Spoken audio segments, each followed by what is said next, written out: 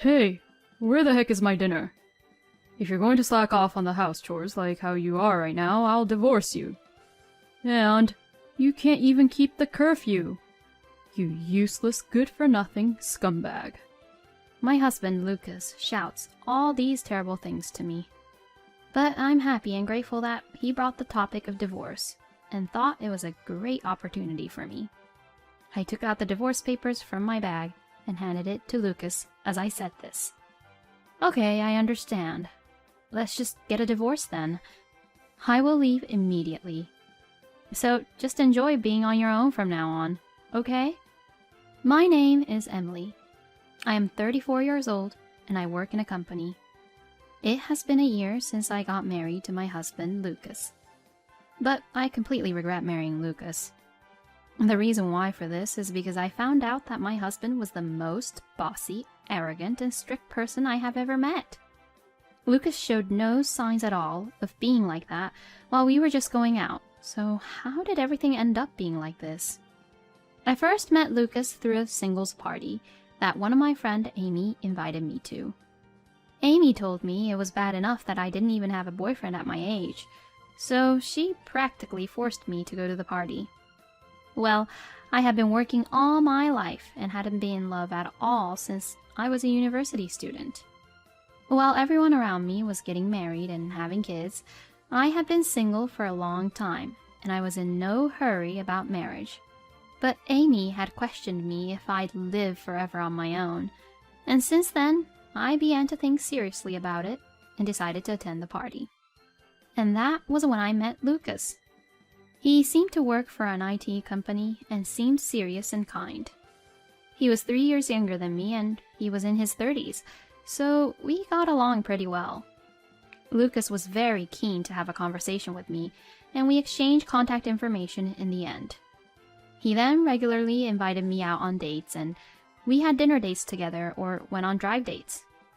Then, Lucas confessed his feelings for me, and we started to go out. At that time, Lucas asked me to go out with him with marriage in mind, and I thought that he was very trustworthy. Then we continued on with our romantic relationship, and it went really well. When I was busy with work, Lucas was very understanding of the situation, and he would tell me that I could put my work first, which was very helpful. I am very happy that he understands my work situation. And in that way, his kindness was what attracted me more and more. Then, about 6 months after we started dating, Lucas proposed to me. I was really happy and thought that getting married to the person I love made me even more happier. No wonder everyone dreams about it. I spent the days leading up to the wedding in a very happy mood. After meeting both our families, I discussed about the wedding ceremony and decided how to proceed the wedding with him. At our actual wedding, I was very happy that so many people celebrated with us. And so began my newlywed life with Lucas. He is a kind and gentle husband, so I was sure we would enjoy each other and have a pleasant, happy life together. I was very happy at first. When I came home from work, my husband was there, and when I woke up in the morning, he was sleeping right beside me. Until now, we had been going back and forth between each other's places, but now that we were living together, we could be near each other all the time. I was really happy about that. But about 3 months into our marriage, my husband suddenly says something like this to me. Emily, you always come home late, so what are you doing? What? What do you mean? I'm working overtime, you know. Don't lie to me. Isn't it strange that you're home so late every single day? Well, but even if you say so, I'm the department manager, remember? I can't really go home early easily these days since we've been busy at the moment, and I got some things that need to be taken care of. So, you're not putting me as a priority then? That's not what I said, honey. Well, you always come home late, Emily, so I have to wait for you with an empty stomach. I'm sorry about that, but I'm thinking maybe you should do a little cooking too. Excuse me? What are you talking about? Huh? It's a wife's job to do the house chores. I was in shock when my husband suddenly said this to me. No way. In this day and age, it's not just women who must always do the house chores. I mean, since we both work, we should cooperate with each other, right? When I argued back, my husband's face turned red, and he got super angry. Wow, I really didn't think that you were that kind of person. That's enough. I'm going out to eat today. And saying that, my husband ran out of the house.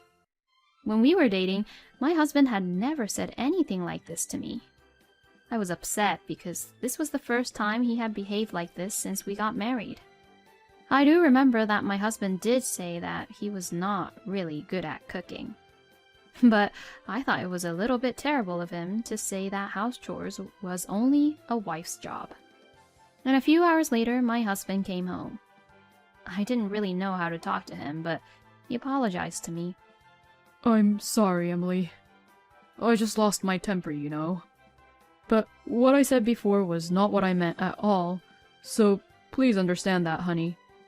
My husband took my hands as he apologized to me. Well, if he apologized this much, then I'll forgive him, because he seemed really sincere about it. Plus, we have only been married 3 months. There must be a lot we don't know about each other yet. I want to show everything and accept everything, even the parts I wouldn't like about Lucas, and move forward on how to solve the issues one by one as husband and wife. Alright, it's okay, honey. It's true that I too was all about work and put Lucas and doing the house chores as a second priority. Now that we are married, we do need to spend more time together as a couple after all. And that's how Lucas and I made up. I try my best to not do much overtime as much as possible, and try to go home as early as possible. And when I came home, I tried my best to cook for my husband every day. Wow, this fried chicken is so delicious. Oh, really? Thanks. I made a lot, so please eat a lot, okay? Yay. Lucas would eat all the foods I cooked deliciously.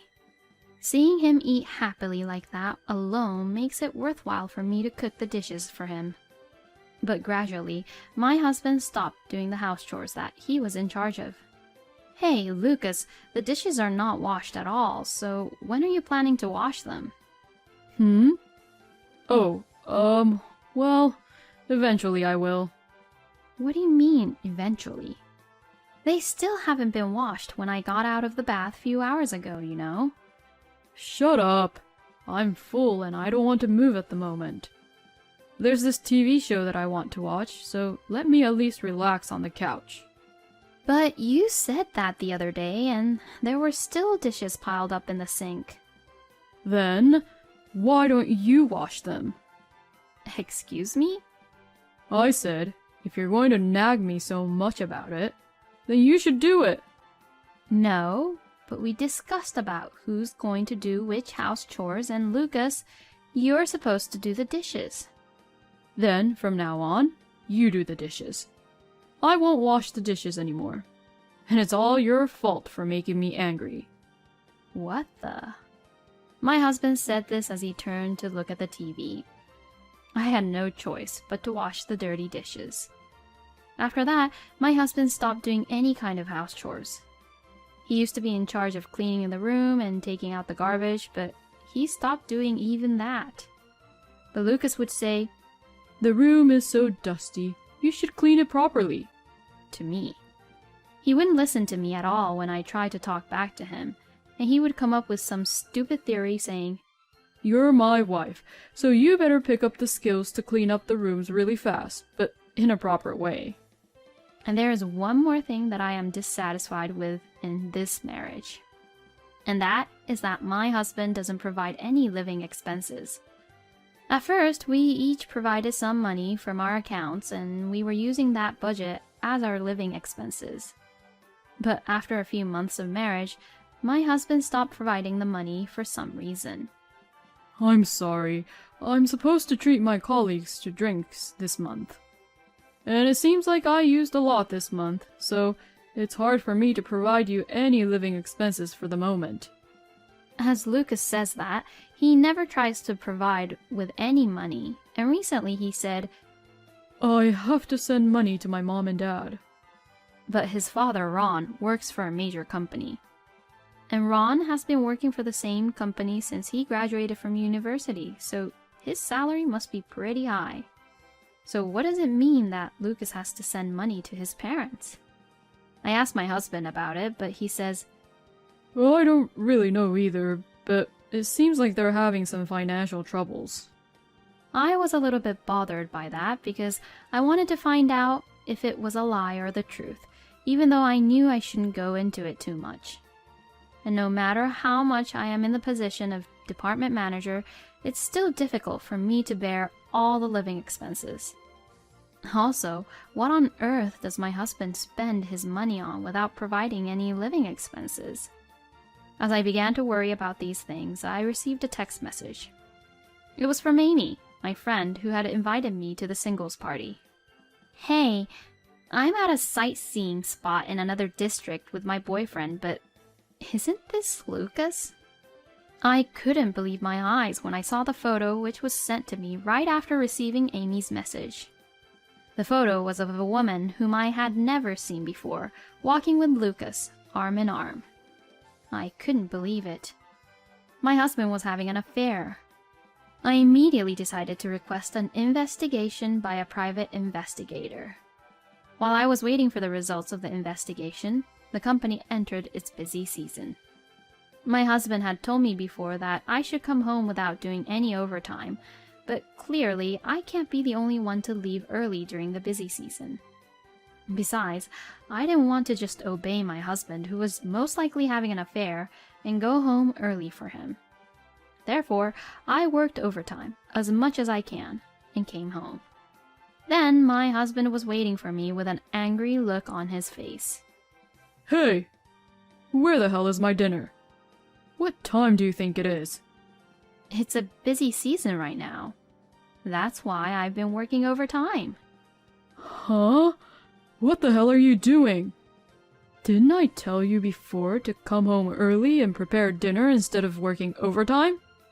If you're going to slack off on the house chores, like how you are right now, I'll divorce you. And you can't even keep the curfew. You useless, good-for-nothing scumbag. My husband, Lucas, shouts all these terrible things to me. He really is a selfish, arrogant man. He really is the worst. But I'm happy and grateful that he brought the topic of divorce and thought it was a great opportunity for me. I took out the divorce papers from my bag and handed it to Lucas as I said this. Okay, I understand. Let's just get a divorce then. What? My husband was surprised that I easily agreed to the divorce. And since I had even prepared the divorce papers, he was quite surprised. What the hell? Why the hell do you have divorce papers ready already? I'm just sick and tired, and I've had enough. You don't even provide any living expenses, and you don't do any house chores at all. And yet, you yell at me and try to control me. There's no point in staying married to someone like that. I'm going to leave immediately. So why don't you just do whatever you want by yourself? I don't care anymore. I won't accept that. I will never divorce you. My husband says so, but I didn't care and started packing my bags. Hey! What the hell are you doing? I told you that I'm leaving, right? I'm pretty busy at work this month, so I don't really have the time to pay any attention to you. Saying that, I left the house while I saw my husband being flustered. Then I went back to my parents' house for the time being. My parents were surprised that I had come home so suddenly, but they were outraged when they heard what I had to say. My husband had been calling me non-stop, but I ignored all of them. The next day, I just received a call from the private investigator saying that the results of the investigation were in, so I went to pick up the documents. As it turned out, my husband was having an affair after all. I was able to get photos as evidence, so now this would also help me to get a divorce from my husband because of his affair. I ignored my husband's calls and messages for a while, and when the busy season was over, I demanded a divorce from my husband through my lawyer. I called my in-laws, Ron and Jackie, to discuss the issue with my husband, and we had a family meeting at my parents' house. How dare you demand me for a divorce? And what the hell do you think you're doing by even bringing a lawyer? My husband blamed me like that, as if he was the victim. "Oh, Emily, I heard that you suddenly left Lucas." I heard that my in-laws were told by my husband that I abandoned my house chores and left the house on my own. So, I had no choice but to explain everything to Lucas's parents. I told them that my husband has been a terrible man and has forced me to do all the house chores, and that he hasn't been providing any living expenses. And finally, I showed them the evidence which I put on the table. This is the main reason I want a divorce. I cannot stay married to someone who is cheating on me. With the evidence I had, Lucas's parents were turning pale. Hey, Lucas, what the hell is the meaning of this? "What the hell are you doing?" Both Ron and Jackie questioned my husband. No, this is... I then handed the divorce papers once again at my husband, who lost all his words on how to explain his situation. "You can't make any more excuses, you know. We'll just get a divorce and you'll pay me alimony." As I said this, my husband began to cry. I don't want a divorce. If you leave me, Emily, I won't have any money to spend on, and I won't be able to treat my lover. Excuse me? I was stunned by my husband's unbelievable comment, but I asked him what I had on my mind. "You do work for an IT company, right? If that's the case, then don't you earn pretty well?" Then Lucas said something unbelievable. I was fired from the company a few months after we got married. Since then, I've been working at a part-time job. Huh? What the hell? What Lucas had said surprised everyone. I'm sorry for hiding it from you, but I only earn $1,400 right now, and if you leave me, I won't be able to make ends meet. I can't even pay for the alimony. So please, let us start over. I'll properly reflect on what I did. I was just speechless to say anything else. That's enough, Lucas. I am so disappointed in you. Ron yelled at Lucas. "Oh, Emily, I am so sorry for everything that happened. I will definitely make Lucas pay the alimony."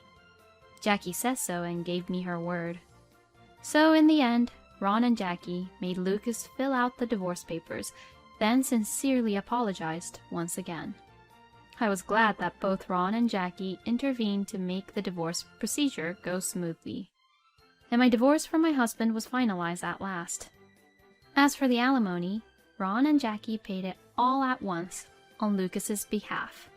And Lucas was taken to Ron's brother's farm in the countryside and told not to come back until he earns enough money to pay back for the alimony, so he is being forced to work until then. But all of this happened because of what Lucas said and did, so he deserved what he got. I, on the other hand, have been working hard again and have recently been offered a promotion. Well, I've been married once, and now I'm going to devote myself into my work and get good results, as it doesn't matter either way whether I get to have a partner or not. Lucas was being a strict, bossy, arrogant husband when he was just only earning $1,400, and on top of that, he was also having an affair. What a scumbag. Emily was right to break it off with such a guy like him. A woman who shines at work is wonderful, and I am sure that she will find a good partner in the future. I wish for Emily's happiness in the future. Thank you for watching until the end. Please subscribe to our channel. We hope to see you in our next video.